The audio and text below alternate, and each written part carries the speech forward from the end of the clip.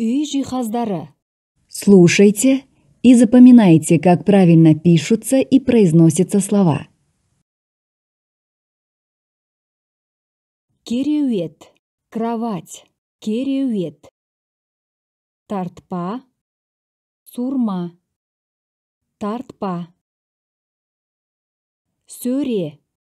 Полка. Сөре. Аспашам. Люстра.